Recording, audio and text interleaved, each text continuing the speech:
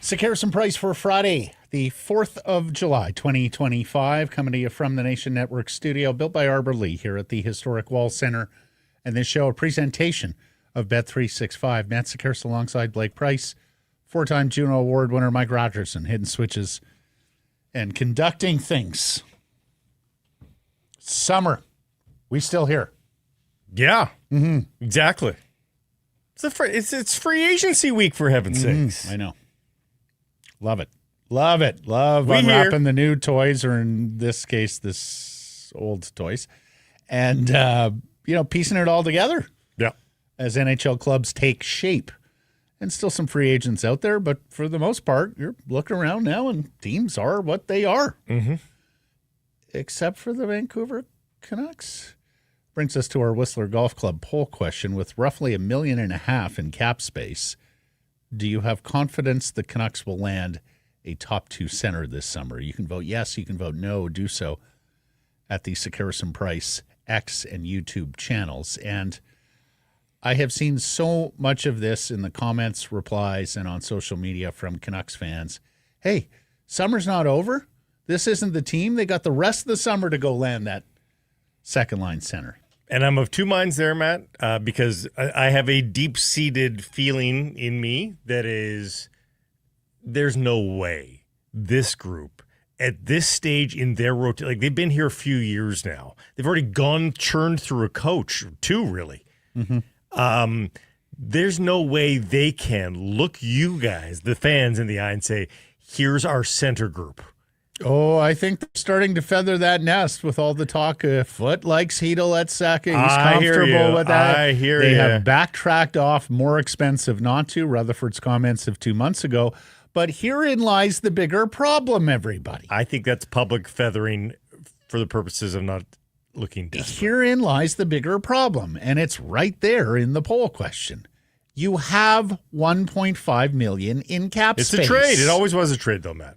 It's always been a trade. No, but you've plunked $12.5 million into wingers, Brock Boeser and Evander Kane, and now you have left yourself short on cap space to go acquire that top two center, because top two centers don't come in at 100 or at $1.5 million or less. But they looked at this free agent center class and said, nothing interests us. It's going to come via trade, and so they're going to have to package up roster players and send them the other direction. Well, they have to. Center. Because here's the thing. Let's say they can even agree on a trade for Minnesota's Marco Rossi. Right now, you can't afford either his bridge deal or a long-term contract at 7x7. So you're going to have to move money somewhere else or send a whole lot of money back. Yep. And it's probably the latter. So you've narrowed yourself. It's an even narrow.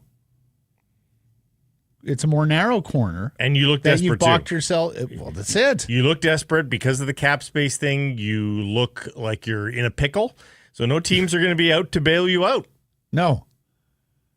It's, in a lot of ways, carts before horses. Yeah. If they refrain on one of the deals, pick any of the deals, one of the deals doesn't happen, whether it's Kane, whether it's bringing back the incumbents, if one of those deals doesn't happen, and I guess you can throw Demco out because he's got a year left, or Garland out because he's got a year left. They've got more room to work with. They look less desperate. They look like they're more able to make a true negotiation. Right now, is anybody desperate? Now, you can look at the center ice and then at the free agency class, like, is Jack Roslovic getting desperate? Like, Jack Roslovic was paid $2.8 million last year. Does Jack Roslovic, given that we did not see crazy money, particularly for multi-year deals, is Jack Roslovic ready to take something less than what he made last year? Like 2.5? Would he accept that over 2 years? I don't know, but he's not a second-line center. He's not by true definition. Nope. No, but like here's the thing. So let's go through the exercise. Okay, they've soured on Dakota Joshua. Well, says one guy. Yep. Okay. Well, okay. So, let's say you circle back with Minnesota. Remember, you offered a player in the 15th overall pick. So let's assume that's Dakota Joshua for a moment. And Minnesota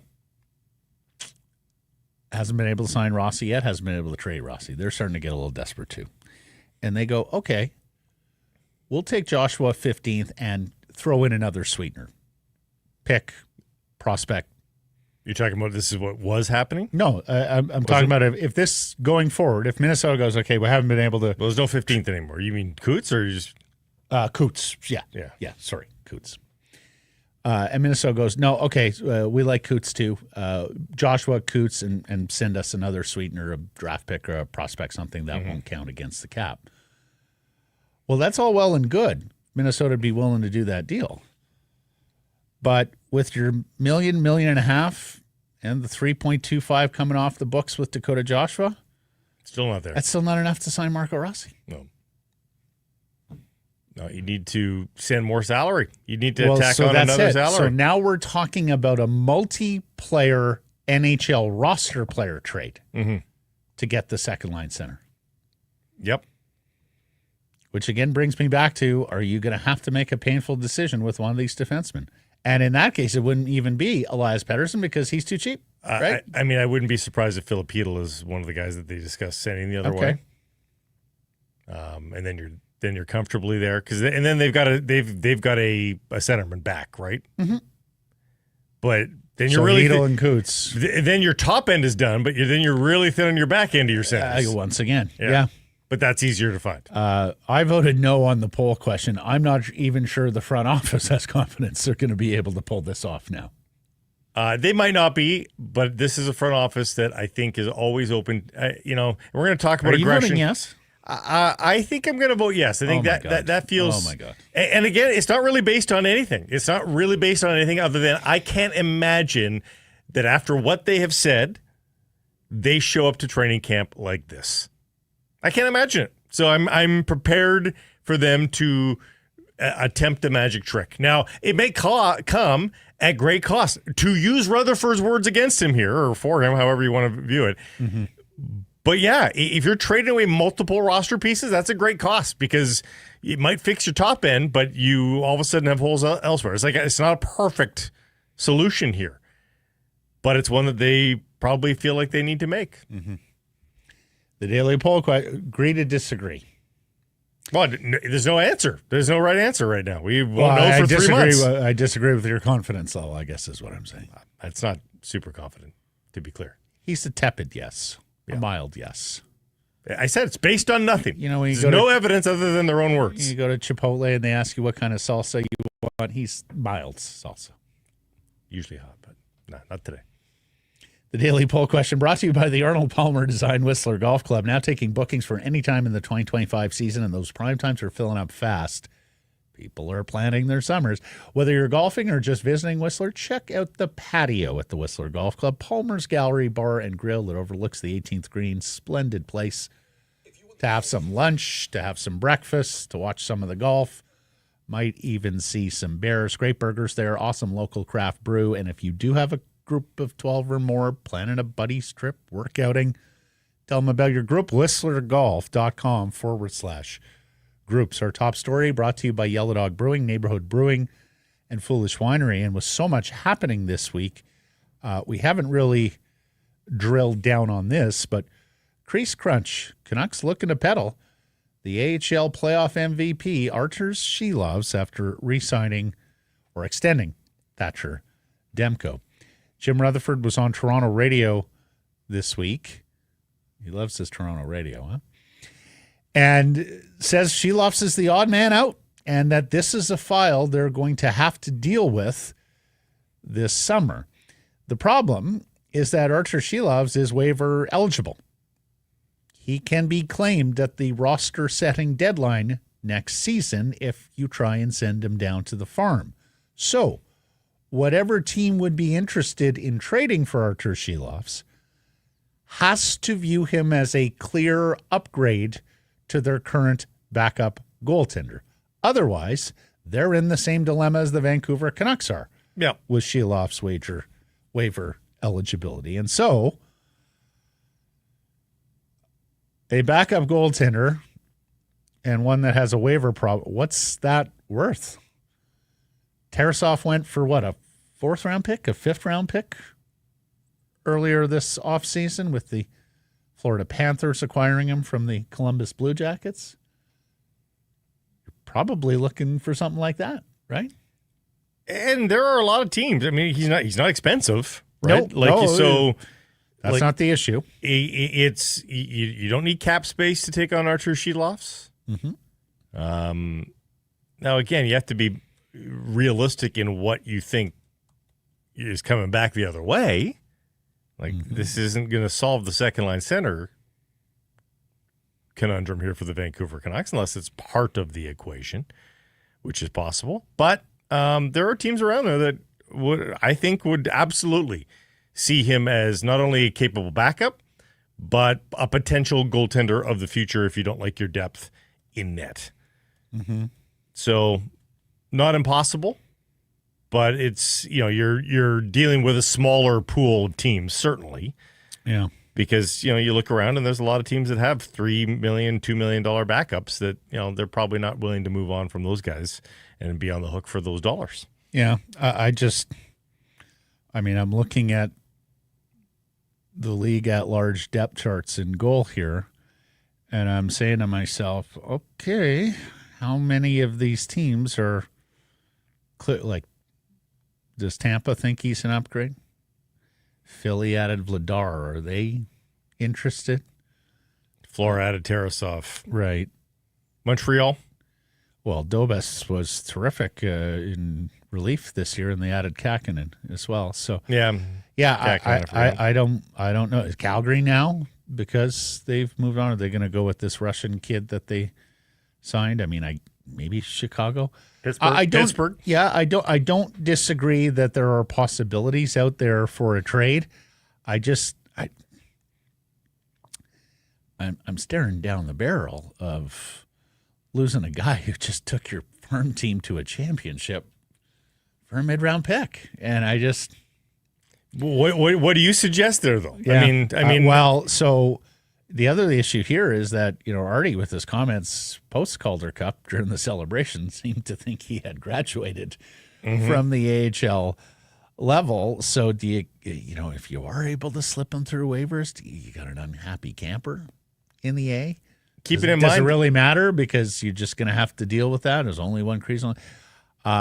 Keep in mind the goaltender guys delay this decision. The goaltender guys like Woodley, applaud what he's done to this stage, but don't necessarily get enamored with him as a top line goalie from a technical point of view. They don't prognosticate him, project him to be the kind of guy that can have prolonged, heavy load NHL success. Well, and therein lies the other issue, is that when he has played well, it's been as an unquestioned starter where he is getting the run of starts every second day.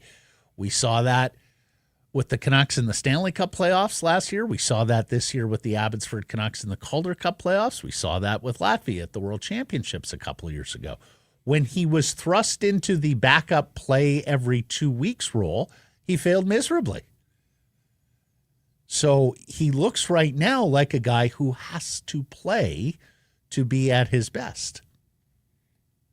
That's at least the book on him, and that's what other teams would have to be deliberating if they're interested in the player, unless there's a team that is just gaga for him and would look to put him into some sort of 1A, 1B arrangement.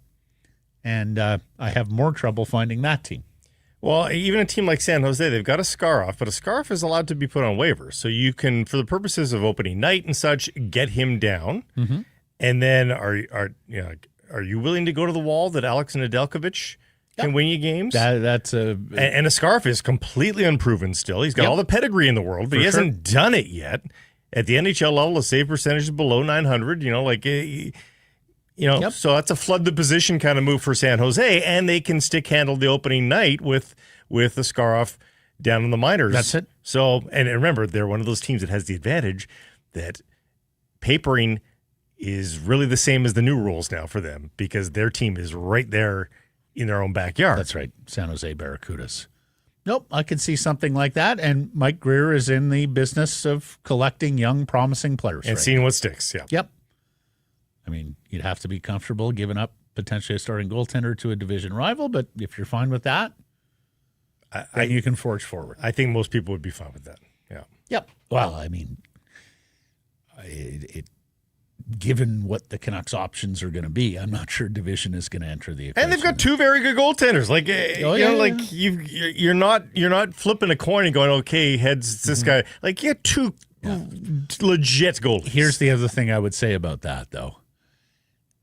If you're Rutherford and Alvin, I think you want to make that trade in late August and not here in early July. You want to make sure Thatcher gets through the summer. Yeah, it's not a bad and all the reports are Thatcher is healthy and feeling great. But at the same time, he's developed a routine to deal with this Popliteus issue. You might have to answer the phone when that phone rings, though. Well, that's the other thing. Yeah. You tell them, call me in a month, they might not call. Yeah, we're talking ideally here. Yellow Dogs released the box of tricks. Does Canucks management have one of those up their sleeve? Choose between the classic Squirrel Chaser, Hazy Pale Ale, limited release Rough Coast, West Coast IPA, and two brand new brews, Spin Tropical, DDH IPA, and the Obedience India Golden Ale. All sounds delicious. Show off your skills and enjoy a mix of fresh and hoppy brews. It's the new Yellow Dog box of tricks. So Patrick Alvin spoke earlier this week on his goaltenders. We're going to play a couple of clips here. First on Demco and basically why now, and then in a moment on the goaltending depth. But we discussed a little earlier in the week. He had time on Demco and Garland, and he chose not to use it. Now, I completely understand after going through the season that the Vancouver Canucks just went through with so much discord that it was music to the front office's ears to hear Connor Garland and Thatcher Demko, and we've talked about this, two American players, right, playing far from home, who so desperately wanted to remain Vancouver Canucks. I mean, Thatcher did a Toronto radio interview. He said he would have signed a 20-year, like 100-year. He just wants to be a Vancouver Canuck for the rest of his days. And Garland, and we played those clips earlier in the week, expressed so much love for playing in a market. He even said, big hockey market, Stanley Cup playoffs last year, that had a real impact on him. The crowd, the city, the vibe, the electricity and crackle that was in this city. That's fantastic. Same token, these are contracts that only kick in not this coming season, but the following season. You would have had time in season to get to these extensions. Now, in the case of Demko, we talked about it earlier in the week, it's a bit of a hedge on both sides, right? He's getting pretty good cheddar at 8.5 a year, but on only 3 years. Thatcher sort of protects himself from another injury, completely scuttling his UFA status next summer, which is good for him. The Vancouver Canucks hedge against Thatcher, bouncing right back to Vezina Trophy form, where, of course, he would have been able to command much more money and much more term next summer, particularly with the cap taking another big jump. We haven't seen this necessarily come to pass, but the other thing to consider is, there's a no move clause here for Connor Garland later on. But when you sign the guy early, even if he has a no move clause, doesn't kick in until that new contract kicks in. And if he has a great year, you've got that 1 year. Like you do open yourself up to a trade. Again, we don't see it executed on a lot. We saw numerous examples of this, and really none of them came to pass this year. But it's an interesting idea in terms of asset management. Is you've got that guy in your back pocket as an asset now. And if he has a great year and the price is just too delicious to pass up, you can still move on the player. That is fair. That is fair. So here's the general manager from earlier this week on Thatcher Demko and why now. Well, I think, to be all honest, I think this is something that I met with Thatcher's agent, I believe, when we were in New York there in March, start talking about the future, and he was, Thatcher expressed how much it meant for him to be Vancouver Canuck. And for us, it was obviously more about finding the right path to get a deal done. And this one really made sense for both of us. So he doesn't quite answer why now. And, he does, the thread that runs through there, he was a little seduced by the fact that Thatcher, even during a difficult season, both for him and for the club, that his agent in season mentioned to Alvin he wants to be here. Which brings me to, Blake, was this Quinn Hughes motivated? Thatcher and Quinn are close. Yep. Let's keep one of Hughes' buddies around because at his best, he's a great player. And we're willing to take the risk on the injury. Yeah. Then on the goaltender depth, and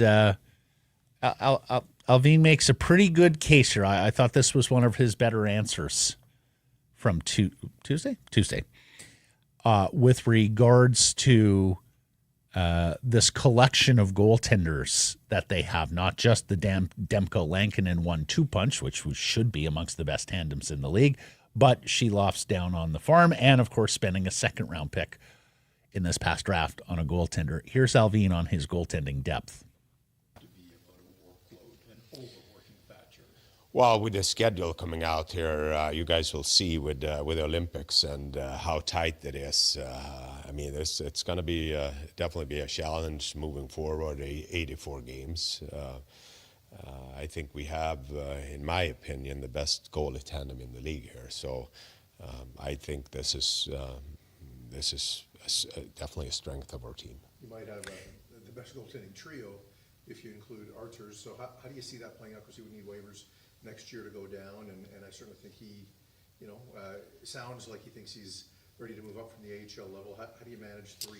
Yeah, no, I think that's something we're going to obviously go through here and be ready for training camp. That being said, we have a young goalie in Ty Young that played extremely well down there as well. So we have good depth in goalie in net here, and with the addition of Medvedev here in the draft too, we're really position us strong in net and position us strong defensively as well with the younger players coming.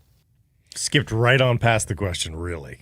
He didn't address what do you do with Shelovs at the start of camp. Well, but I think you have to read between the lines. Yeah, that when he absolutely. starts name-checking Ty Young, and Rutherford did as well. And skipping past Shelovs. And that was the second time that he name-checked Ty Young.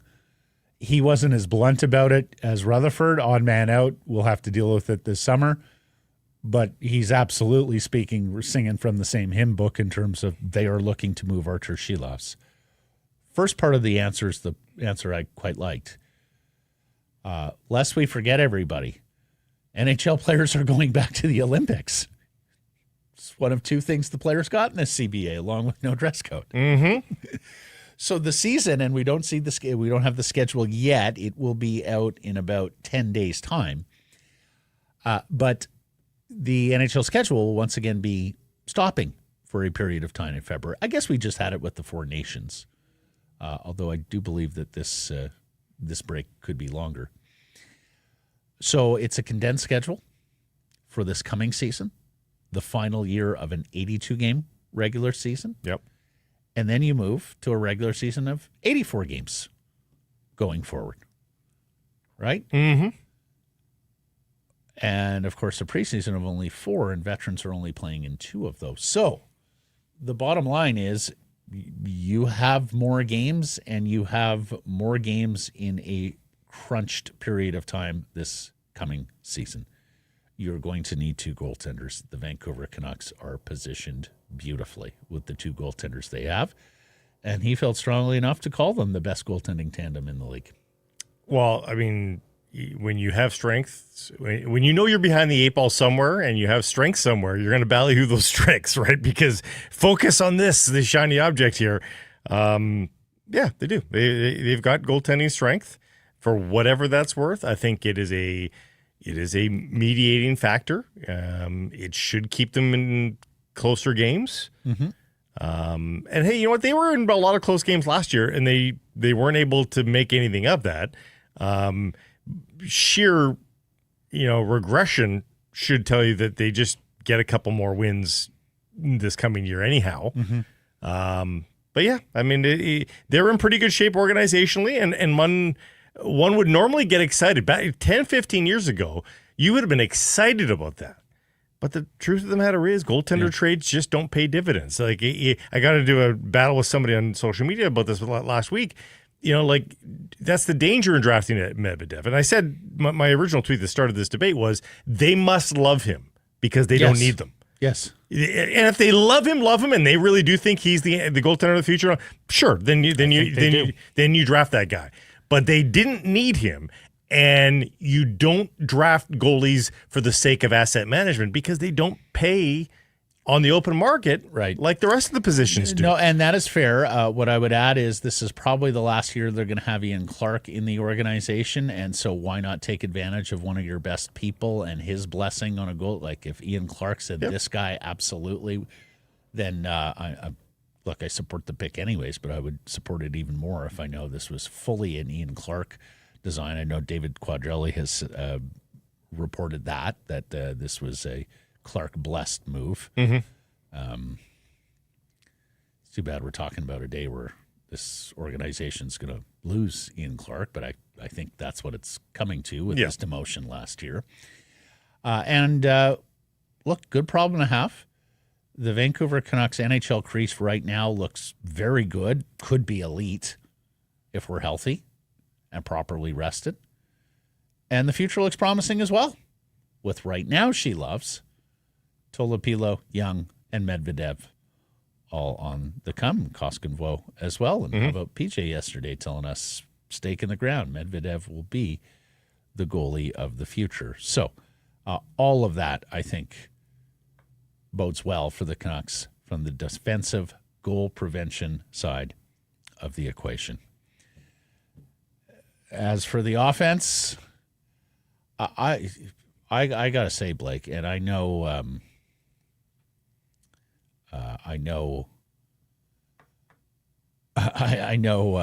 Dollywall and his agents, but when Rick reports that Christian Dvorak of the Montreal Canadiens, a bottom six center, was a bigger priority for them on July 1 than just about everyone. Wow. When he further reports they were offering something like 3 years at $4 million per, I find myself a little bit incredulous, not just at the offer, but Dvorak got an exceedingly high AAV from Philly, 5.4 on a 1 year deal. And okay, he's betting on himself. He's going to be a free agent again next year with the cap jumping. But if the Canucks offered him 3x4, so then he's got to make up $6.5 million over the next couple of years, which he might think he can do. But a bird in hand is generally better. Oh, my goodness. Yeah. Especially, agents will push that in a big, big way. Yes. Like, there's part of me that wonders, did Tocchet talk him out of Vancouver? Did Tocchet tell him about the shit show that was here? Did he really just want to be a Philadelphia Flyer and stay in the East? There is something untold about the Christian Dvorak free agent signing, and never in my wildest dreams did I think we'd be sitting here on July 4th going, there's something curious with Christian Dvorak. But that's where we're at. Prior relationship, right? I mean, he's been under Tocchet before. I think that's what I mean. So did Tocchet talk him out of Vancouver? Like, he had to have gone back to Philly and said, hey, 5.4, absolutely love the AAV, but guys, Canucks are offering me $12 million total dollars.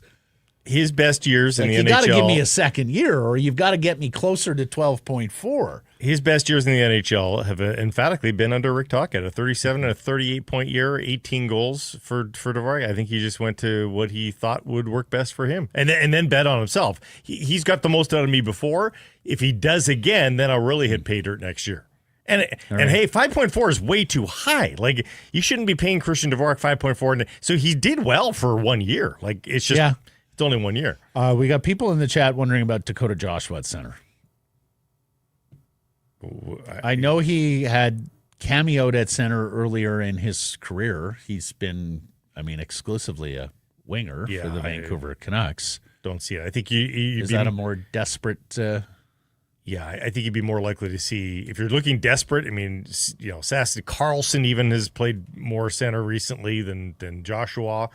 I think you're on the free agent market for a veteran, low-salaried guy before you're going to Joshua at center ice. You don't want to complicate Dakota Joshua's game right now. Dakota Joshua needs to get back to being the smash and bang winger that he was. So one thing before the other. Sticking with Rick Tocchet, the Coaches Association, and this is a group that stands up for coaches and does a loose union, not an official union. Yeah, exactly. Well, it's exactly what it says. This is an association. Mm-hmm. They released a video this week of two former Vancouver Canuck head coaches, Rick Tocchet, now of Philly, Travis Green, now of Ottawa, in conversation around a table with Leafs bench boss Craig Berube. And we had known that Rick and Travis were close, Rick and Berube were close, so stands to reason, friends. We're going to play you this video, but for those of you who are just listening on the podcast, justice won't really be done without the visuals, because you will barely even hear Rick Tocchet speak in this clip. But Green and Berube both make points in a very short period of time here that very much align with the criticisms that Rick Tocchet faced last year here in Vancouver. When I showed this video to Blake yesterday, he went, "Oh my God." Because Tocchet appears to be speechless. So here it is. Travis Green, who is leading the discussion, in conversation with Craig Berube. Again, if you're on pod, try to get this part. We're at the, what are we at here? We're at the 33-minute mark of the show. Yes. Try to find it, because you do need to look at how Tocchet is reacting, because he's looking at the two other coaches like they're inventing gravity. Maybe not quite that, but if you do picture thought bubbles above Tocchet's head, it would be, holy shit, this is all the stuff I was getting killed for in Vancouver last year. Yeah. So here it is. Travis Green will be the first voice you hear. Next week, during development camp, and every guy's they're bringing a project to the table. Because you can't, and for me, a lot of it's just seeing how they present, how they talk, how they're going to look in front of the team, just to get to know each other. Then watch me present, but also, like you said, the main focus is going to be us. I want to watch our team and figure out how this team should play, not just the way. Like, I don't think every team can just. You'd like to play a certain way, but you go coach another team. Maybe they can't do that. Right. So you've got to make the changes in how your team is going to play. Yeah. No, I agree. You got to adjust your team a little bit. I think that's really important, depending on what type of players you have and personalities and things like that. You may want to play a certain way, but it's just not in their DNA. So it's tough. Well, like your St. Louis team and the Toronto team, they're probably a lot of differences. Big time difference. Yeah. That's totally different. Yeah. Obviously, Toronto's got some high-end skilled guys that are real good players. Right. But, so it's going to be trying to figure it out. Yeah, like you might adjust how the way you like to play to the Leafs. Right. And at the same time, I play, I want to play a hard-nosed style of game. Yeah. We've always been a strong forecheck team, but I don't want to take the stick out of Matthews' hand here and dump the puck in all the time and go get it. Like, that's just not going to work. Right. But there's got to be a nice combination of it both. Oh, yeah. Well, there's certain things that you need to do to win. Yeah. And no matter what team you have. Right. And that's the key to getting those points. You got to make some non-negotiables in there, and that's what I call them. Record scratch there. Record scratch, as he says. You're not going to make Austin Matthews dump and chase. So Greener says you've got to tailor your system to your personnel. And Tocchet goes, that's a good point. As though it's the first time he's considering this. And it doesn't mean that it is, but that is the look of that. It's what it looks like. It's like there's a moment of like discovery there. Yes. And then Berube, we've always been a strong forecheck team, but I'm not going to take the stick out of Matthews' hand. So tell me, Coach, you're not going to try and reprogram him as a north-south dump and chase guy? Scored 60 goals. Maybe we should let him carry the puck across the blue line. Maybe try something creative. And that wasn't Tocchet just sitting there in silence. And that was a quote from Tocchet, was it not? Was it a report or a quote? The reprogram. Halford, we're trying to reprogram him. Halford and Bruff. Get him to play more north-south, Elias Pettersson. Yeah. So, anyways, that struck us this week. Incidentally, buried in there, Leaf fans, if there's any of you listening, Berube, when he's asked about the differences between the Blues and the Leafs, wow, I mean, obviously we've got some high-end players, but and then ... it's sort of like, but they can't, grind, and they've got no character, and like, what's unsaid there is we've lost Marner. Yeah, but hey, we got Nick Roy, so it's gonna work out. Anyways, we thought you might enjoy that. How about Todd Bertuzzi? When last we talked to Todd Bertuzzi on the show. And gosh, this might have been like closer to 10 years ago now. Blake, remember they did they brought the West Coast Express guys back and celebrated them for a night at Rogers Arena. This was sometime. We've had him on since then. We had him on like a year and a half ago. Oh, okay. Yeah. Oh, you're right. You're right. Sorry. Yeah, Todd's been a great chat in retirement. But we were down at Rogers Arena doing that one, so it would have been 17, 18 latest. Mm-hmm. Todd told us he never skated. Because of the back, he talked about how skating was an unnatural act, balancing on a quarter-inch blade of steel. And Todd Bertuzzi back on skates. Competitively. Yes. Chasing a cup. The Allen Cup. And give me 23 Todd Bertuzzis, I'll win the Allen Cup every year.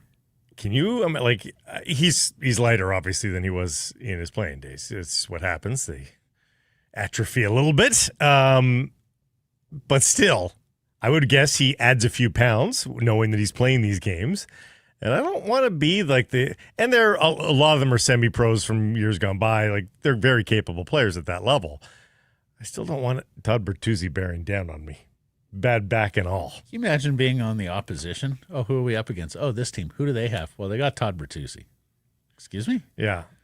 They have whom? I don't think he's crash and bang anymore, given his injuries. But you think anyone's going to move him from the net front? This Cambridge Hornets team is looking to get its first Allen Cup since 1993. So you can understand why they're pulling out all the ringers, all the stops. Yeah. Good luck. Yes, good luck to the opposition in particular. The opposition should bring in Cliffy. If there's an antidote to Bertuzzi, at least it's Cliff. Still in incredible shape. Still will play his heart out. Older than Todd, but no less competitive, that's for sure. To say the least. Yeah. Let's get to today's menu. It's brought to you by Greta. Great spot to watch all the games, to pregame, postgame. You're just steps from the arena and stadium. Plus, an amazing spot to hold your next party, a summer sociable, a team-building event, maybe a family reunion or something like that. You'll love the menu there. A decadent poutine. The beef tacos, amazing. Plus, the arcade. It's got a game for everyone. Pop-a-shot, air hockey. If you like any of the racing games, they've got the cockpits there for you. For more info to book your event, go to gretabar.com. Greta 50 West Cordova. Let the games begin. We will be speaking with Jeff Merrick here We will be speaking to Jeff Merrick about all things Vancouver Canucks free agency and the path forward. And then Dave Hall of CanucksArmy is going to join us. Dave took in some of Canucks development camp this week, but also we hadn't talked to Dave since the Calder Cup Championship, since the draft class, so we get into all of the Canucks prospects and future, including how Dave feels Atu Ratu will handle being thrown in as a third-line center or a fourth-line center off the hop this year.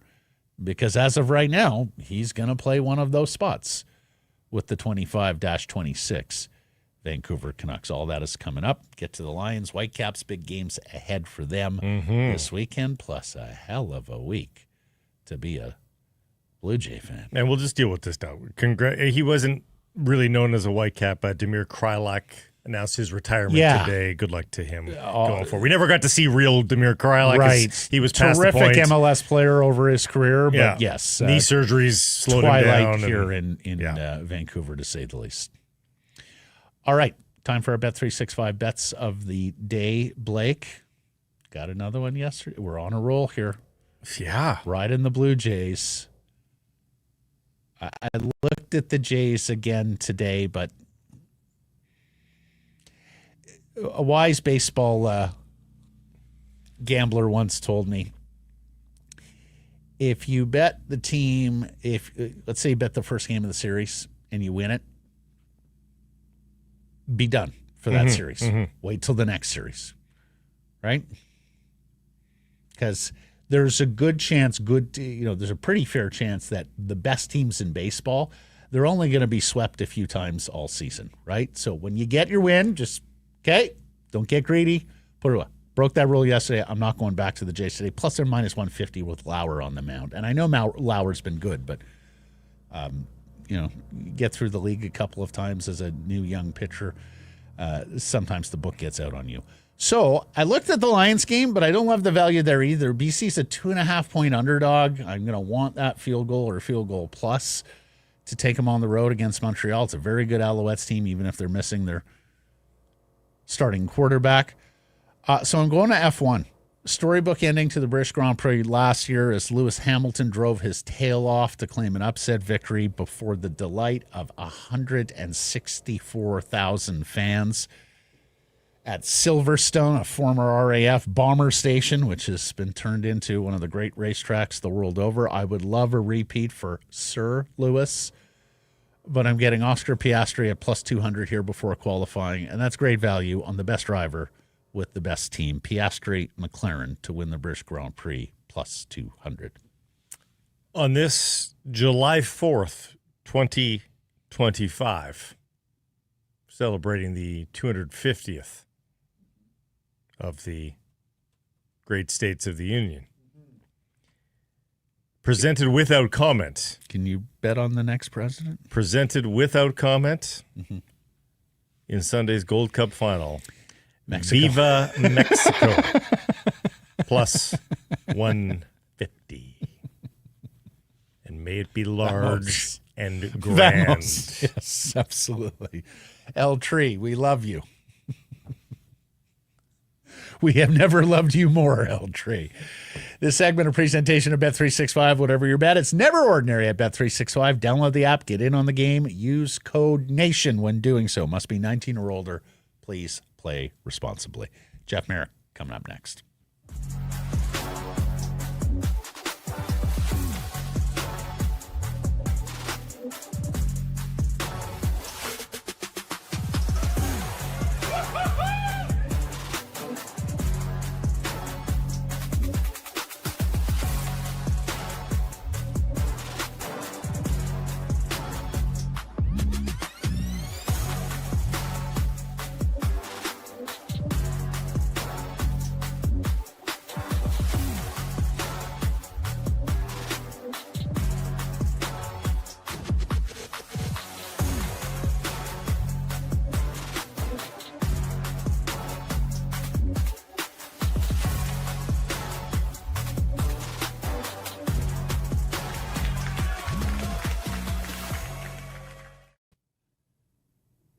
Harrison Price from the historic Wall Center. And if you've ever been out of an HOV lane looking at one and wondering, wish I could get in there and, get to work. Hold up. Could you imagine leaving the city today on a sunny Friday and not having access to the HOV lane? And you don't always have a friend. You don't always have family members. You can't always dress up your dog like a human. I was just going to say, what about a dog? So get a BZ4X, a 100% electric vehicle from Toyota. You'll be in the HOV lane screaming down towards the Fraser Valley or back from, while everybody else is in gridlock. Skip every gas station and enjoy it while you do it. Big hatch in the back for all your gear and so much fun to drive. You can finance from 0.99% APR financing for over 36 months, up to $5,000 in incentives. Just take one for a test drive. That's all we say. Go take it for a test drive. You'll fall in love. ShopToyota.ca. Here's Jeff Merrick, the host of The Sheet on the Nation Network and the Daily Face-Off. And like us, he'll be going through the summer. But today he's off, so we find you at home. How are you? Oh, you're actually in the same place you're always I am, but which is home. I've graduated to my basement. As I like to say about my career, rising to new depths and sinking to new heights. It's Jeff Merrick, ladies and gentlemen. Yeah, exactly. You don't understand what getting to work out of your basement every day is by way of career achievement in this My industry. wife thinks it's awesome that I'm here every day. She's a huge fan. Big fan of this move. Oh, I'm sure. During the pandemic, I used to get banished for a couple hours every day because I just can't possibly have you around here during the busy part of my go out for a walk, go shopping, go do something. So cruel. Just get out of that. Well, You know what? Hang on. Maddie, small apartments in Vancouver. We're kindred spirits because it was quite frequent where my wife would know that I'm getting a little bit stressed and a little bit anxious, and it would be nonverbal. She would just hold up my running shoes and hand them to me, and unlike not a word spoken, just go clear your head, come back a better person.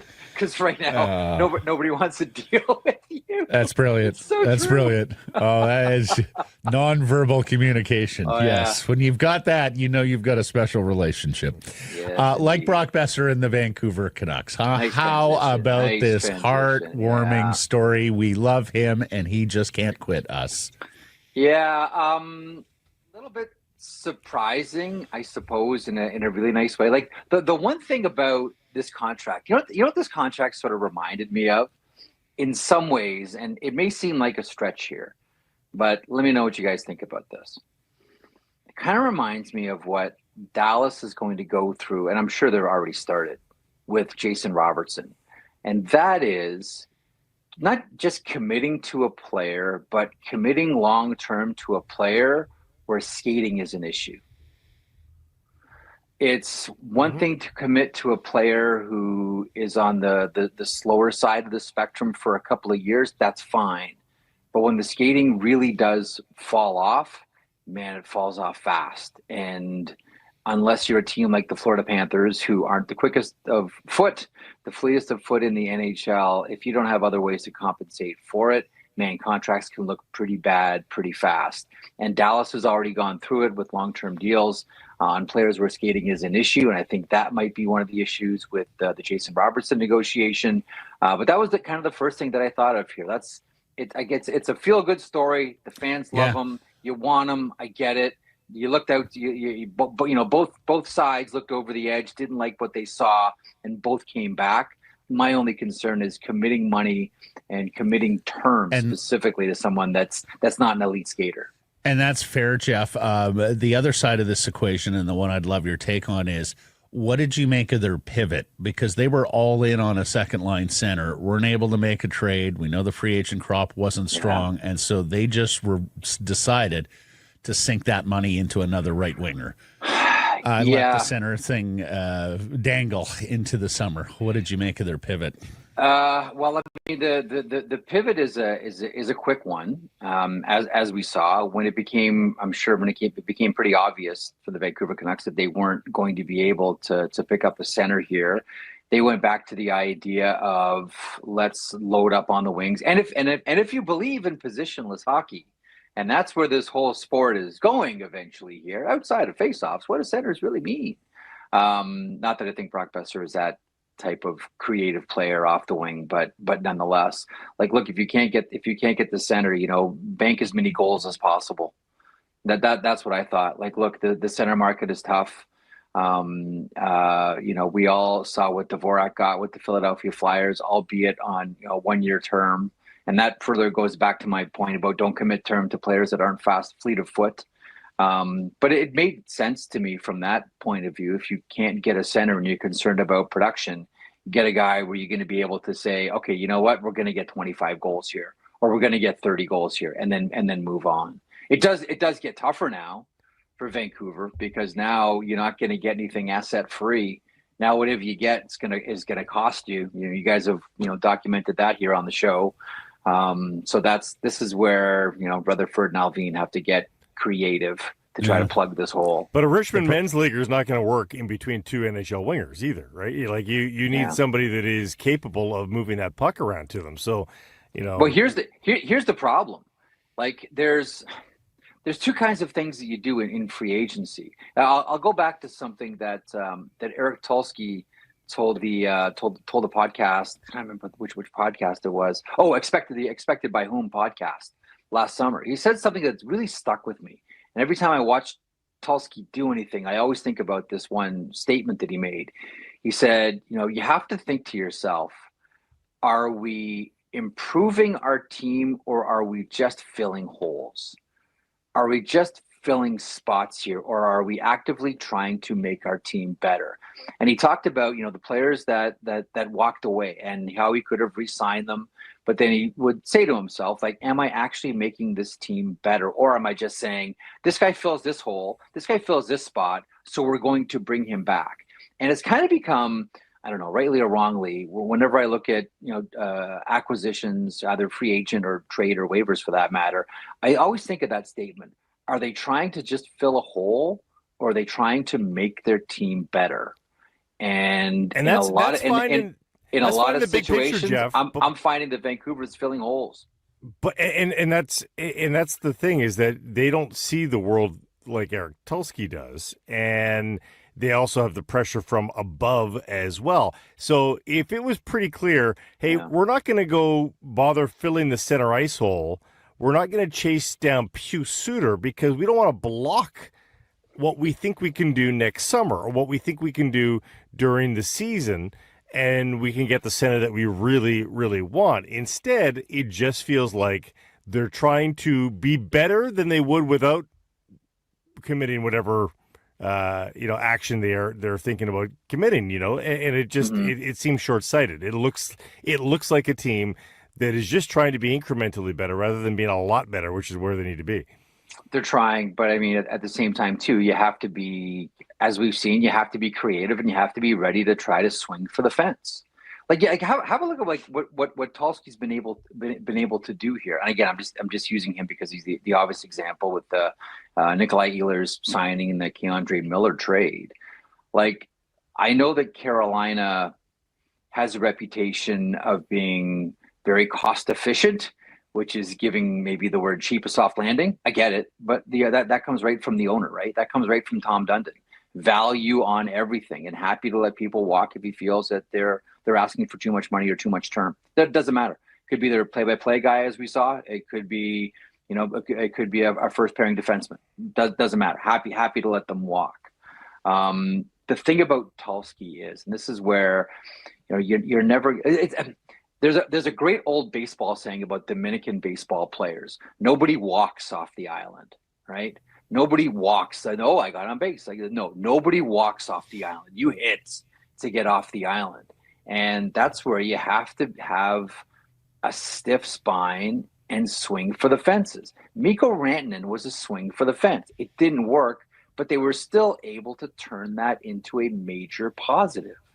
Like, when you look at what Tulsky's done with the assets, Natchez was an expiring asset, traded him before his value completely plummeted, and along with Drury, and they fused Mikko Rantanen through all of this.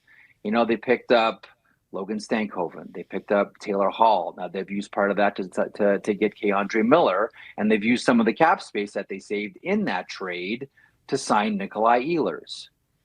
When you look at asset management, Like we're kind of seeing a masterclass here, and it all comes from one thing: no fear to take a major swing. I mentioned it yesterday, that video they released, Jeff, and I understand it was edited and all of that, but just the aggressiveness and the decisiveness that shone through every conversation between Tulski and every one of his deputies and Rod Brindamore, who was involved. Brindamore's involved in a lot. Like he's rightfully involved so. in a lot of it. Now, we've covered the Boeser one, but they also re-signed Demco and Garland as well. Do they all get thrown into the "this is just too safe" category, or do you see sense in all of it? I do see some sense in because I think a lot of teams did this year. Most notably, of course, the Florida Panthers, who just want to keep the band together. I kind of looked at this free agency as teams just tried to hang on to what they had. Don't get worse. Don't. You're right. Like, listen, hockey is naturally, its default setting is be conservative and safe. Yes. Whether it's players, whether it's managers, just hang on. There's always a couple that swing for the fences, as we mentioned, Eric Tulski in Carolina. But this one I looked at and said, like, if he's healthy, you have maybe one of the best assets in the NHL. Like, if you have a healthy Thatcher Demko, it takes care of a lot of problems. The only problem is now the hospital bracelet is an issue, but you can maybe say this is a swing for the fence. It's a gamble that if he stays healthy and the new training regimen and the new person he's working with, etc., that can prove to be a major asset for the Vancouver Canucks. And I think with someone like Connor Garland too, that is someone who wants to be in Vancouver, who wants to stay, who is productive. We're hanging on to players like that right now. I think a lot of this too is all under the umbrella of this is Operation Keep Quinn Hughes. I mean, that story ain't going away anytime soon. And that's why they don't want to take a step back. We've talked about this so many different times this year, and you've talked with a lot of people about this on your podcast this season. Did you get their interest in Christian Dvorak as strong as it seemed to be? Did you get the contract that Dvorak got in Philadelphia? And do you note the irony that it was Rick Tocchet beating his old mates to the center they peculiarly coveted? The one interesting thing about it from a Vancouver point of view, that would have given them 3 left shot centers. They've done this a lot, Jeff. The right shot center has almost been what the right shot defenseman is in other markets. Listen, again, like Dvorak was fascinating with the Montreal Canadiens, and their fans really didn't love him until they did, and then when they loved him, they really loved him. Like something happened like halfway through the season. Maybe it's just the combination of Montreal taking off. But the Montreal Canadiens fans fell in love with Christian Dvorak, and for good reason. I don't think you expect elite production out of him, but his major calling card is faceoffs. This guy's always up around 55%, from the left side. This guy is money in the dot. I looked at this one and then heard the reports about Vancouver as well, and thought that this was the player gambling on himself. This was a player taking a chance on himself in a less volatile environment than Vancouver. And I think that's part of the equation, I think, for a lot of these players. We all know what happened in Vancouver last year. And then, listen, that was probably part of, and Rutherford talked about this, or maybe it was Patrick Alvin talked about, one of the reasons why, they ended up going with Adam Foote as the head coach is he knows what went on last year and doesn't have to be caught up to speed and can work to correct everything and massage what happened. And that makes a lot of sense to me. But you guys know players talk. Where do I want to go? What's this like? And for someone like Dvorak, who's obviously still looking for bigger paydays out there and more term, this was Dvorak looking at gambling on himself, and it's a really healthy contract that he got for the 1 year from the Philadelphia Flyers, but they kind of just need that center as a rental for 1 year until Jetlachenko is ready. And that's why they made the decision that they did. And that's probably why Dvorak made the decision that he made. And the Canucks can throw him a bag of money next summer because it's just the 1 year deal. He wanted less volatile. He wanted to go to the market where they just boo Santa Claus and throw ice. Makes sense. What does that say about our market? Yeah. Hey, what did you make of the deal Pio Suter got in St. Louis? Good one. So, St. Louis was one of those teams that were in on Mikael Granlund as well. I think we were all a little bit stunned at the numbers involved that Anaheim paid, but they have the cap space; they can bring him in. Granlund had a great go around with Dallas after going over from the San Jose Sharks. Specifically, a really good playoff. He was one of their best players consistently, and he turned into a $21 million deal. Like, good on Granlund. Dallas wanted to re-sign Mikael Granlund. There's no way they're going to be able to pay that. No chance. St. Louis, I believe, was in on Granlund as well. I believe Vancouver too. But I don't know that, either St. Louis or Vancouver is coming up with $21 million over 3 years for Mikael Granlund. Good for him. Like, all of a sudden now, Anaheim is a playoff threat.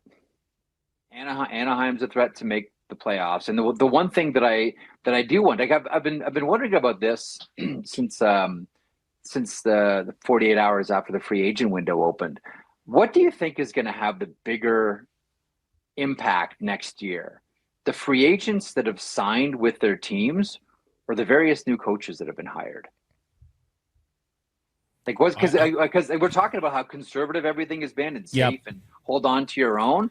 I mean, look at the effect that Quenneville's already having in Anaheim. Like, Quenneville's a magnet for a lot of these players. You mean I get to go play for Joel Quenneville? Yeah, I'm going. Like, that was part of the Kreider decision. I'm guessing that was part of the Granlund decision. Of course, the bottom line was too. But already, teams might have tough starts though, Jeff. Don't you think? Like, yes, it's a lot of new talent put together, new coach. Okay, so that's a great point, and which is why if I'm the Anaheim Ducks, I'm doing whatever it takes. I am bribing Steve Hatzapetros, the schedule maker, to put us on the road to start the season. Because when you have a team where it's a whole bunch of new faces and new people, and you start off like 8 of your first 10 are at home, that's a disaster. Start with a huge road trip, right? Get all the guys together on the road, meals with one another, around each other 24/7, and then come home and play your games. If you're Anaheim, you're waiting on the schedule and you're crossing your fingers and you're saying, please, give us a lot of road games to start. Give us a lot of road games. Also, there's no point in being away from Anaheim in the wintertime. You want to be in Anaheim. Yeah. Exactly. There's a lot of places that are lovely. Exactly. There's a lot of places that are lovely in October and not so lovely in January. So, good call. All right, we have arrived at the Jeff Merrick Easter egg once again. You have Price here to shepherd you through and be. Hey, you don't need to phone a friend. You have a friend. Can I? Going to be the third line center for this team? Well, Ratu or Bluger, Jeff. Therein lies the rub. Okay. Yeah, I know that's appropriate reaction. And okay. Pursed lips. They lose a center to injury. We're talking Nils Oman. And if they're down 2 centers, we're hopeful Max Sassen's going to play center as opposed to wing. Unless Chris Johnson is right, Jeff, and the Nick Ehlers signing precipitates trades, and we see something. I think there will be trades. Yeah. Like and I'll tell you the team that I wonder about was the other team that went right down to the wire with Nick Ehlers, and that was the Washington Capitals. Right. I think that, listen, Washington is a really well designed team and a really smart team. I think that if there's a team out there that's going to be frisky in the trade market too, that may not be a headline maker right now, or we're not expecting to do much by trading. Well, let's not forget, this is Ovi Swansong season, most likely in the NHL. I wouldn't be surprised if they go the trade route here, but I do think there will be some. I don't think that offer sheets will be an issue until August. That's generally, like I've always said, I don't know why teams and players don't wait for offer sheets until like 2 weeks before the season. Like, if you really want to force a decision out of a team, put it off as long as you can. But it seems as if like the sweet spot is like August 15th for offer sheets. So we'll have to wait and see who's still an RFA and offer sheet eligible at that point. But yeah, trades and then offer sheets in August. Did you see the Ovi Beach pick from the other day? Oh, I sure did. That is a guy that will struggle through his last season. You know what? At the end of every veteran All-Stars career, there's that moment where it's just like, I'm taking one-timers from the half wall. Yeah. Like the power plays. exactly. Power plays going through this stick. boys. Cardio, schmardio. Absolutely. Yeah. Absolutely. Korea. It's gonna probably be Ovechkin too. And the reason they're August 15th is because you're hoping to catch the guy at the cabin or the cottage on bad Wi-Fi, so he loses some time. That's a on great his- one, and Yeah. and all of his salary cap is a little bit more snug too. Exactly. Yes, Exactly. great one. Okay, the Easter egg. All right, You want a degree of difficulty high or low? what did we do last time? We did high last time. Yeah, You did let's high last make time. It easy. Make it easy. All right, you got me on my coffee right. shop day, All so right. let's do easy. There are 6 players in the history of the National Hockey League that have signed contracts total value $100 million or more. U.S., of course. Name those 6 players. Well, we just talked about one. Well, Alexander Ovechkin is one, in fact, Ovechkin. number 1 at $124 million. Ilya Kovalchuk, Very good, Jeff. $100 million. Did LeCavalier sign one? No, sir.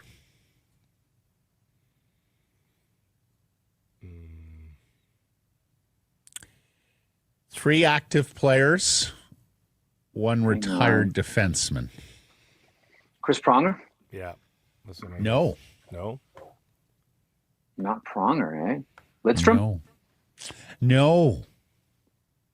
Weber? Very good, Yeah, Blake. Shea Weber. You remember the predatory the offer offer sheet sheet from to the the Flyers, and then Nashville kicking and screaming matched. The agent going public saying, "We hope that the Nashville Predators respect our clients' wishes and don't match." And The they offer did. sheet. And McDavid's Shea last Weber's contract. making the pick for the Predators on Friday, so it sounds like they reconciled. Things much get like Bess and smoothed the Canucks. over. So McDavid. you got Ovechkin, you got Weber, you got Kovalchuk, you've got McDavid. Very good, Blake. You're missing Yeah. 2. Leon Draisaitl. No. Was his not over 100? His most recent one? You sure you got the up-to-date stats? Now you're making me worried. Now you're making me worried. Hang on, let me check that one. Stand by. You got it off a website. They may not have updated the stats. Oh, you're right. He is over 100 million. 7. My bad. I'll put myself on these notes.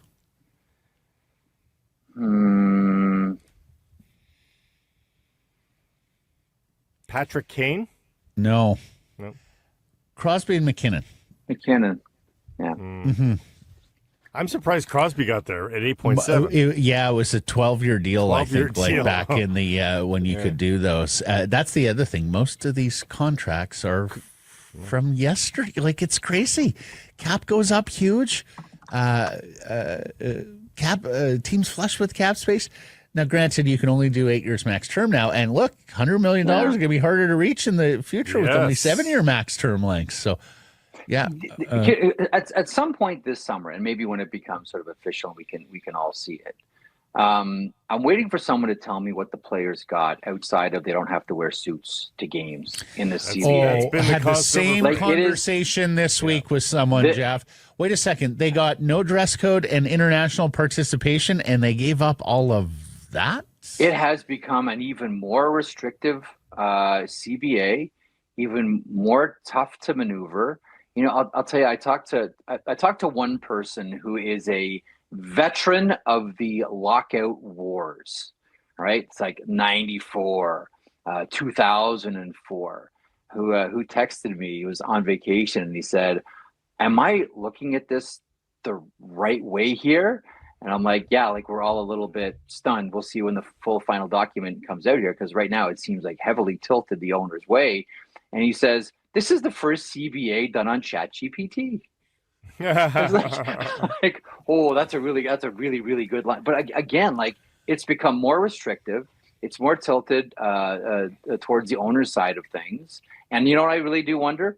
I wonder if all of this started, and this might have been the smartest thing that we have ever seen in a CBA negotiation. And that was the NHL, Gary Bettman, making public the salary cap for the next 3 years. Yeah, Saying, guys, look at the money that you stand to make here.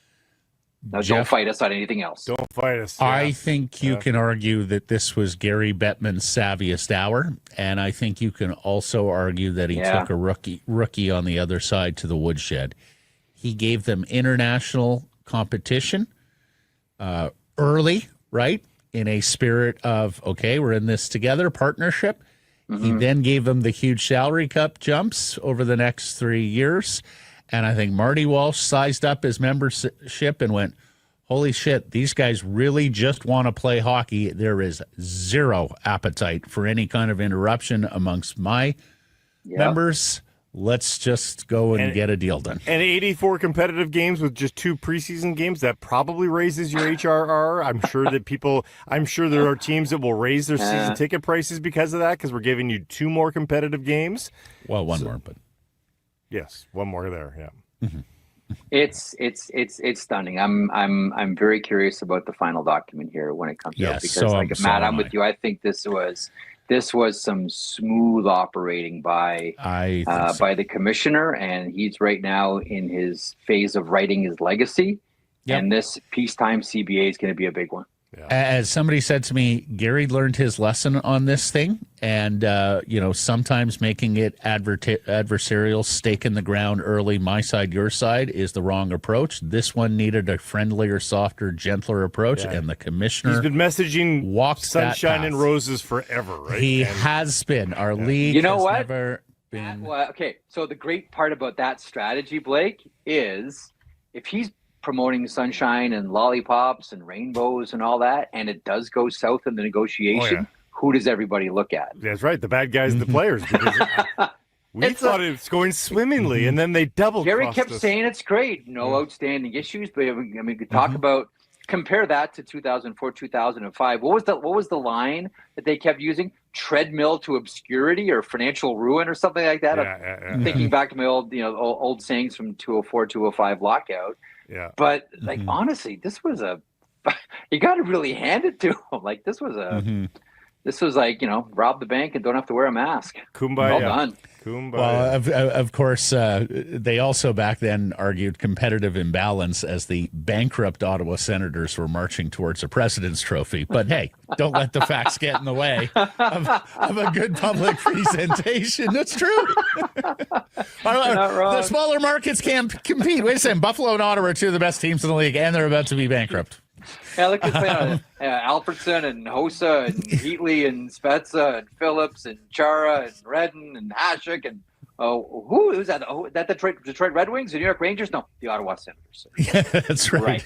Wait a second. The Sabres owners are being let out of the building in handcuffs, and they're leading the Adams division. How about that? That used to be the great old saying about the NHL, right? I mean, the whole thing was that the whole league was predicated on a double cross from the NHA to the NHL, where they, poor Eddie Livingston got, was left there holding the bag as the, as the only owner left in the NHA, as everybody else skirted away to start up the NHL. And the old saying used to always be that hockey was the only sport where the owners went to jail more than the players. and it was true. It's true.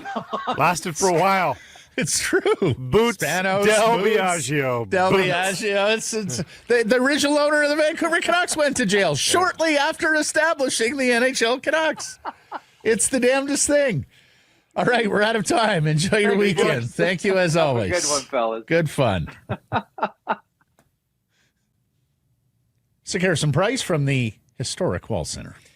The weather forecast is spectacular. It's simply spiked. Season. Yeah. Has been at our house all week, as a matter of fact, because it's the time of year where the sun is hitting our back deck just so. And so when we're both finished work, we go out there with the Simply Spiked on some ice. Cheers to the end of another workday and catch some race. Not something filling, not something heavy. Nope. Simply Spiked, refreshing, crisp, light, no matter what flavor you're into. 3 different themes. I won't say flavors, because within each theme, there's 3 separate flavors. So really, you got 9 different choices, from the lemonade box to the peach box. to the lime variety box. 3 separate flavors within. Real fruit juice as well. Pairs perfectly with summer occasions, hangouts, backyard pool parties, barbecues at the cabin. At your local liquor store for your next summer hangout. Must be legal drinking age, and please celebrate responsibly. Here is Dave Hall of Canucks Army. Also did yeoman's work on Rink-Wide Vancouver through the Abbotsford Canucks Calder Cup playoff run, and was back at it at development camp this week. How are you, busy boy? Absolutely, yeah. It was quite the spring. I would not one that I expected, to be honest. I did not anticipate having to talk about hockey on a semi-nightly basis in late June, but yeah, it was a hell of a run, so it was a lot of fun. Hey, what do you think that run will do for those kids, Dave? Oh, it's invaluable, from everyone from the young ones to the veterans. I mean, obviously, as we're seeing as the July 1 unfolds, it benefited a lot of players. So yeah, it's invaluable experience. There's a ton of guys that are going to be trying to push for a spot in Vancouver next year, and if whether they make it or not, that remains to be seen. But regardless, I just think it's invaluable experience that they all gained, especially for the young pedigree guys like Aramaki, right? When bad things happen, we look for silver linings.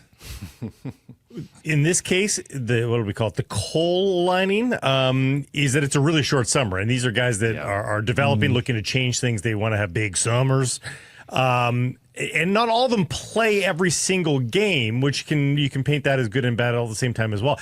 At the end of a Stanley Cup run, they all look gaunt and sick, like they've been through something. Because of the rotation there, did you get the same vibes from these guys, or do you think that these guys maybe are going to be able to rebound a little bit quicker? Well, I mean, at least the ones that we have our eyes on, at least they're a little bit on the younger side, right? Jonathan Aramaki, Kirill Kudryavtsev, they're spring chickens, so you hope they bounce back. That said, though, as you mentioned, it is a tight summer, and so for guys like Jonathan Aramaki, who we were hoping would bulk up a little bit, he's got a month left to do so, and a guy like Atu Ratu, who unfortunately was injured, so who knows if he'll even be able to get back on the ice. But he's a guy that we always hope that he can come back with a better skating stride, and so he's got a month to do that, right? And so the short summer, I think if there's anything to take away, it's the fact that they just won't have a lot of time to not only enjoy themselves, but to work hard to come back better and stronger and more efficient next year. So but according to our own Jeff Patterson, a deep Charlie horse was the issue with Atu Ratu. That seems pretty straightforward in terms of healing, so I would hope he's going to be okay. Yeah. And that's new Canucks third line center, Atu Ratu. Yeah. Of course, Dave, after what's happened or hasn't happened in free agency. Just give me that, out of training camp, opening night, out of the chute, Atu Ratu, third line center for the Canucks. How does that strike you? I mean, I don't think it's great. I think you'd like him to be a little bit in a bit more of an insulated role where he doesn't have so much pressure. I mean, now it's sink or swim, kid. Like it's time to go. It's not like last year where it's like, oh, we hope he can kind of fill that role, but we've got guys that can replace him if not.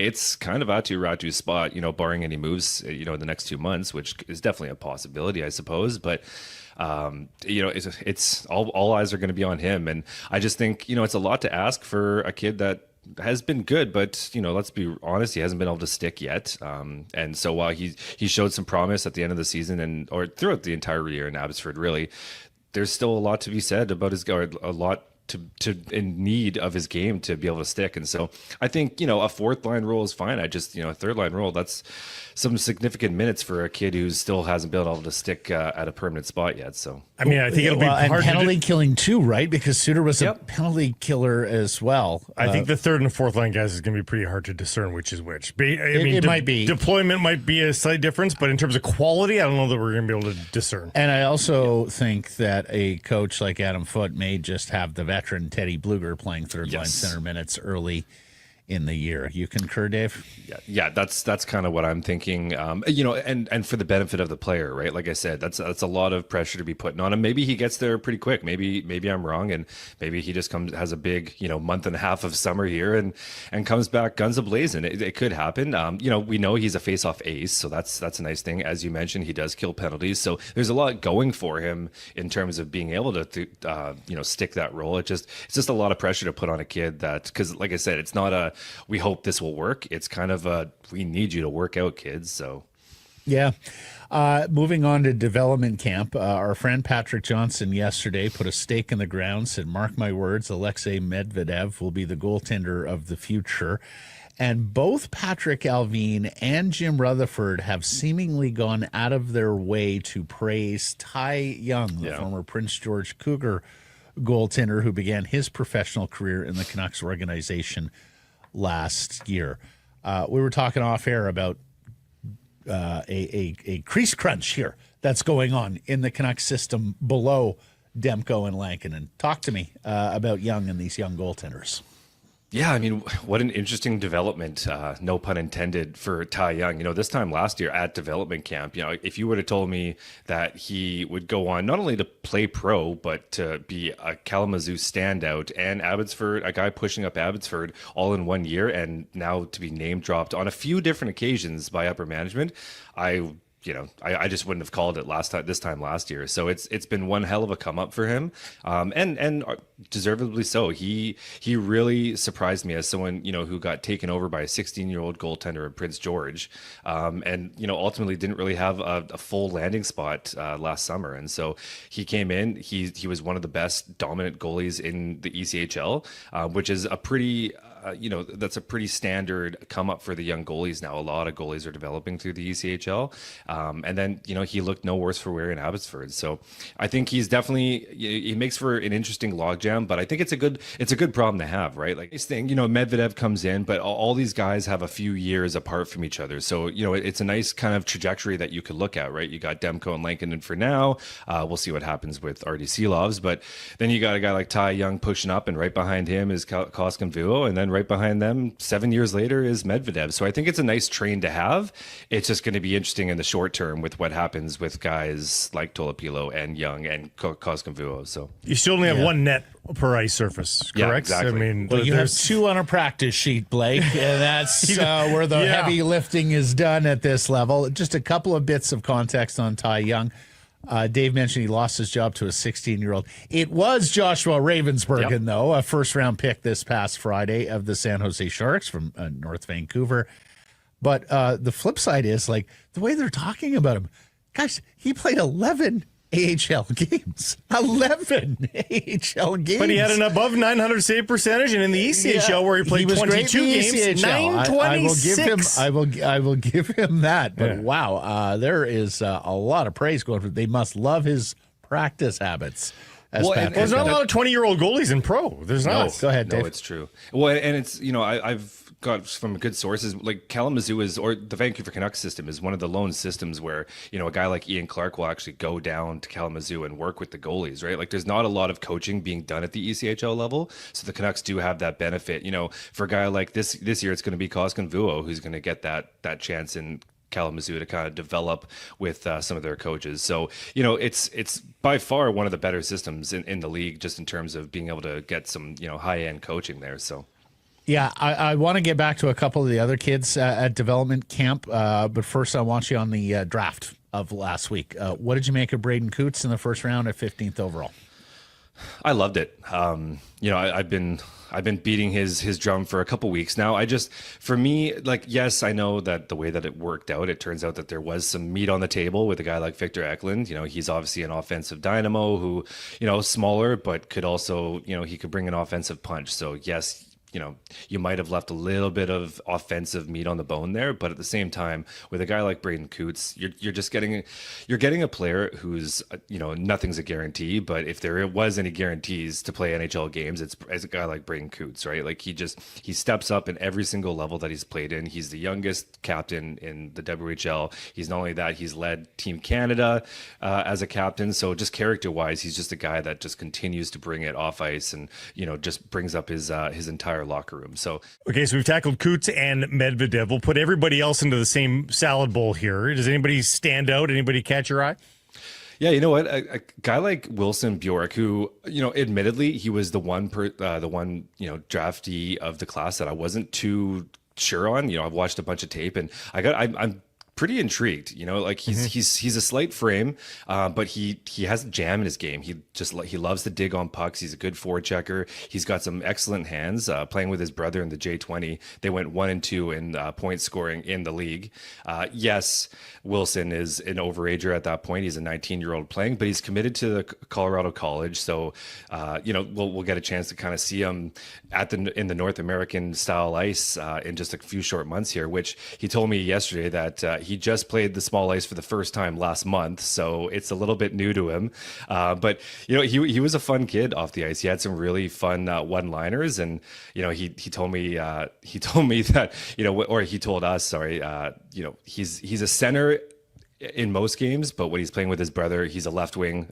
His brother's always the center when they play together, and that that's big of him to say, right? Very good. As an older brother making way, Aiden too, with Macklin over the years. Yeah, exactly. Yeah, we were making jokes that he's got to make sure to get his brother over here as well. But yeah, he also said he modeled his game a little bit of Jack Hughes and a little bit of Matthew Tkachuk. So we like that from a 5th rounder. But yeah, he's just a player.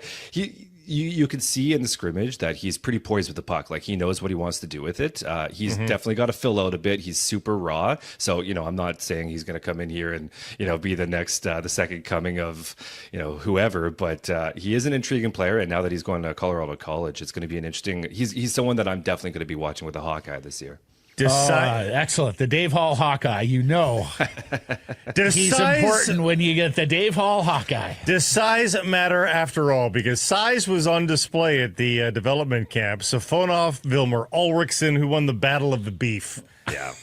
Yeah, he's always winning the battle of the beef. For a guy like him, it's one of those things where he always stands out in these kind of environments. I mean, he's 6'6". He being Alriksson? Yeah. Like, he's 6'6". So when you're going, at a development camp where it's primarily, U20-year-olds, he stands out like a hawk. But he just seems to, every single year, he seems to develop a little bit more. His skating was a little bit better this time around. His hands were great. He scored 2 goals and one of probably the prettiest of the day yesterday as well. Mikael Samuelsson interestingly said after practice that he still has work to do. He's not exactly where not only he wants to be, but where the organization wants him to be. And what I thought he meant by that was probably in the consistency. For such an interesting and big profile, he does have flashes in the CHL where he kind of just goes a little bit unnoticeable. And for a guy of that frame, you're kind of hoping to bring a little bit more consistency, especially when you're probably going to be bringing your game to the pro level this year. Yeah. He's one of those players that he's super polarizing because of his size. Like, we saw what he did in Vancouver Canucks jersey in the preseason last year. Like, he can bring it, and so he's a guy that he just screams attention. 15 goals and 35 points in 43 OHL games last year, split between 2 franchises for Vilmer, for 6'6", 234-pound Vilmer Alriksson. This Russian center they traded for, Safonov, not so much, huh? He didn't stand out for a 24-year-old there. That's just it. He was fine. Like, he made a nice play.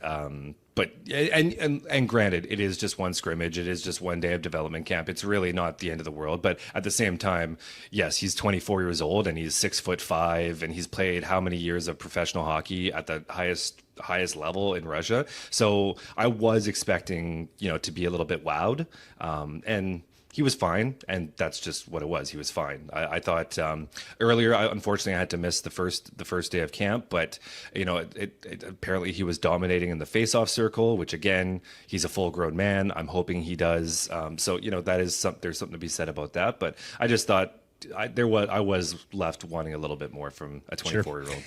And lastly, a local kid here, Parker Alcos from Port Moody, British Columbia, defenseman with the Edmonton Oil Kings, taken in the 2024 draft. Dave, he stood out to you.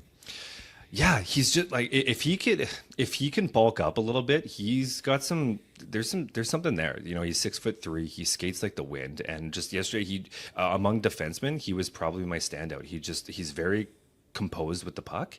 And, now that he's going into his third year of junior, I don't know. I just think there might be a little something there. Like I said, he does need to bulk up. He needs to put on weight and fill out that 6'3" size. But at the same time, he's 18, so he's got a ton of runway here. So I'm really hoping that, I'm really hoping that he can turn into something because, his skating is definitely a standout. On this team, hearing that is like a great skater that stands out. Yes, on the Vancouver Canucks. Now, lastly, Dave, a big question here, and we've got some accompanying video, but how much do you weight the grouse grind time in your prospect evaluations? Because we heard many of them failed to beat the Sedins even after being given a 10-minute head start.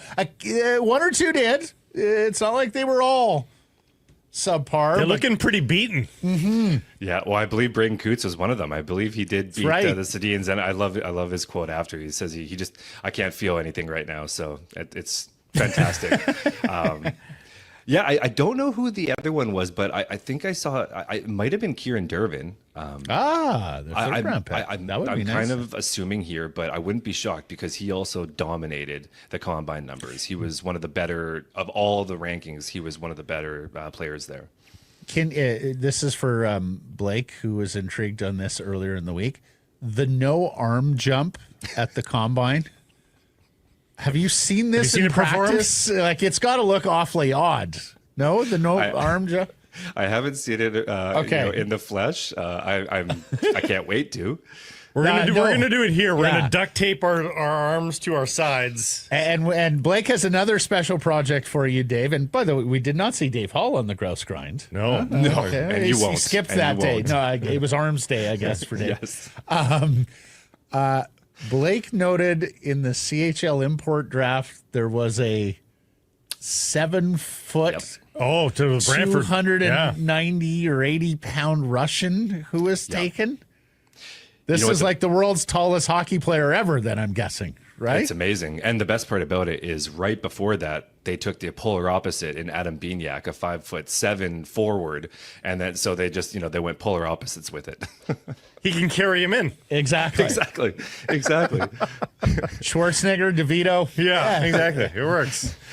Awesome stuff, Dave. Thanks for your help here today and through the spring, as mentioned, with the Abbey Canucks playoff run on Rink-wide at Vancouver. We'll catch up soon, buddy. Okay? Yeah, absolutely.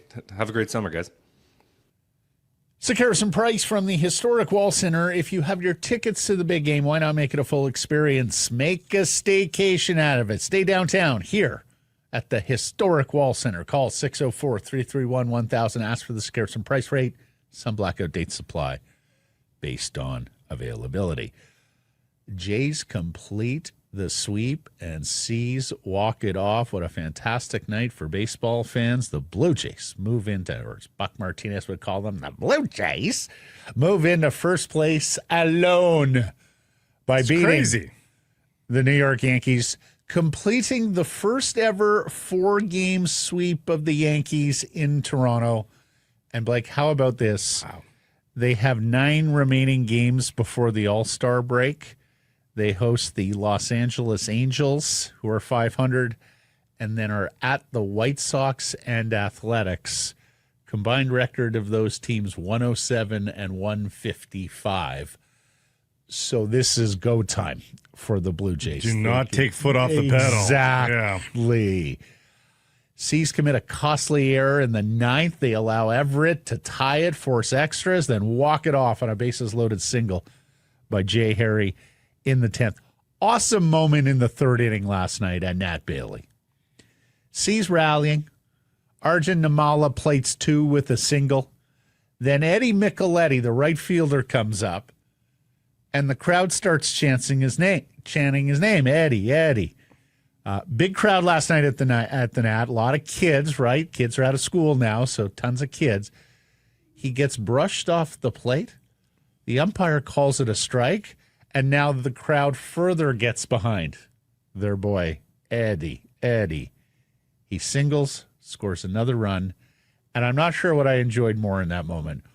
Watching and hearing the kids' delight in Eddie coming through in the clutch, or Micheletti's reaction himself on first base. He was pumped, gesticulating to the crowd. You could tell how touched he was hearing his name chanted by the sellout crowd. That single A ball again, like these are things these guys will take with them for their entire lives. As Alex Anthopoulos, the ex-Jays GM, used to always tell us, we like our best prospects to touch Vancouver to understand what it's like to play before an expectant audience.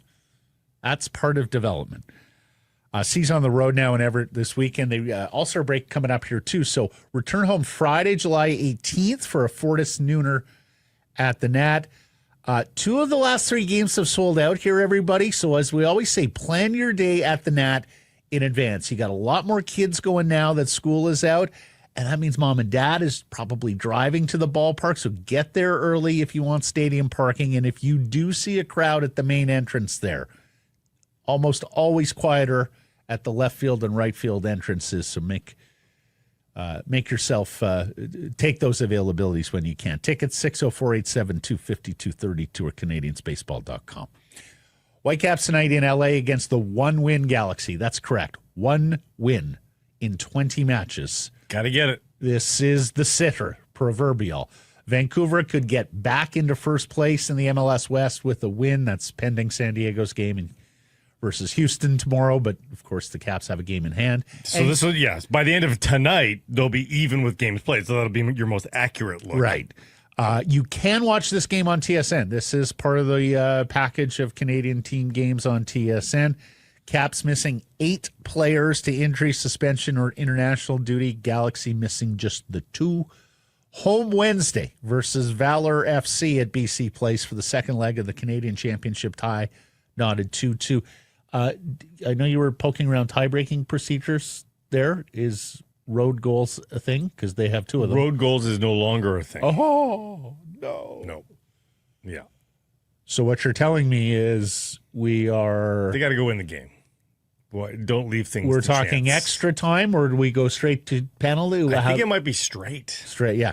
Well, we've seen this in the past, particularly in the early rounds, where you just dispense with playing an extra 30 minutes and go straight to penalties. Or how about just win the game? It's a CPL side. Yeah. BC Lions will start Nathan Rourke at quarterback tomorrow in Montreal, while the Alouettes will again be missing their starting quarterback, Davis Alexander. Veteran McLeod Bethel Thompson will make his second straight start. Josh Woods making his season debut at linebacker, coming off that terrible ACL injury last season. Mathieu Betts will give it a go with his sore elbow. Receiver Stanley Berryhill returns. A new starter at defensive tackle with the injuries there. And George Anu-Una, the top Lions draft pick in 2024, makes his first career start at right guard for an injured Tyler Packer, who was placed on the 6-game injured list. So not encouraging there. The Lions are already down 2 Canadian guards with long-term injuries. Depth is going to be an issue here. And Saskatchewan now the lone unbeaten in the CFL after Calgary beats Winnipeg last night in the inaugural Stampede Bowl. Did you see this? I did. They got a trophy and everything. Yeah, I thought it was a smart, fun concept here by the league and the Stamps. You know, Stampede Week is the biggest week in Calgary. I've covered games there during Stampede. I just dropped my daughter off at the airport. She's on her way. The atmosphere in Calgary is electric during Stampede Week, so why not take advantage? Love the TSN personalities leaning in with the cowboy hats. Shout out to our girl, Chantel Chan, who was working the sidelines last night. And a trophy presented by Kate Burness at the end of the game. Yeah. Perfect. Have Calgary play at home during Stampede every single year. Bring in Western opponents. Turn that into a thing. Vernon CFL. Adams, the Stampede Bowl MVP. Yeah. So, it just makes you a little bit of added pressure. I'm sure Nathan Rourke doesn't care, but, from the outsider's view, like, the old guy is winning MVP awards. Like, you got to finally threw a here. touchdown pass. So, Vernon, previous to last night, Vernon was 0 touchdown passes, 3 interceptions. So he's on a pretty sad sack team. Except for now they're 3-1 like they were supposed to. And here's the problem for the Lions at 1-3 on a 3-game skid. Saskatchewan's 4-0, and now both Winnipeg and Calgary are 3-1. Well, second straight week they face a backup quarterback. You cannot let both of these get away. Especially when you have your starter back. Yeah. And let's hope that Nathan is full go tomorrow, because I do wonder the competitor that he is, and he apparently looked good at practice. But, 3 losses in a row, let's tough it out. Let's go. Could you see that from a competitor like Nathan Rourke? Of course. Whistler Golf Club poll question results from Thursday asked you, which would you rather? Kane 1 year, 5.125, or Suter 2 years, 4.125 plus a fourth? Who would the people vote for? I think the people voted Evander Kane. They did. Percentage? I'm going to go 70. 52. Oh, it's close. Okay. Yeah. Craig, easy decision. Kane for 1 year. If they tank, he's an easy second-round pick at the deadline. What he has is much harder to find. If Hedl pops, you'd prefer Bluger at $2 million in the 3 slot than Suter at twice that. I don't know about that, Craig. Perry, easy choice. Suter, younger, more versatile, better fit, more productive, added depth at center, top 6, plus a prospect that's no-brainer. Guest management thought different or pressed the wrong button. And Josh, he took the middle position, the Zamboni guy. We talked about this yesterday. I don't see why they couldn't have had both. They could have got Suter done before, and then could have easily gotten him done now with another trade. I'm intrigued to see if another shoe drops, because Suter went for such a low cap hit, and that is fair. Errors and omissions from yesterday's program. Blake is self-reporting. The Galaxy are favored tonight, oddly. Yeah, I misspoke yesterday in our best bets, but yeah, yes. they are favored. You're always going to get plus value on a tie, but you actually get plus value on the Whitecaps just to win the game tonight. And I gave you the odds yesterday. They have changed today. Oh, boy. Matt, the Whitecaps are now plus 210. Oh, my God. Every day, all day. I think it was 165 or the 185. Galaxy have one win. Yeah. Yep. Go out and get it. Yeah. While it's hot. Yeah. Thanks for joining us, everybody. Appreciate you spending some time and connecting with the program. Please do subscribe to all our assorted channels, YouTube, and wherever you get your podcasts. Follow on social. That's X, Insta, Facebook, TikTok, YouTube, Blue Sky, live on many of those platforms.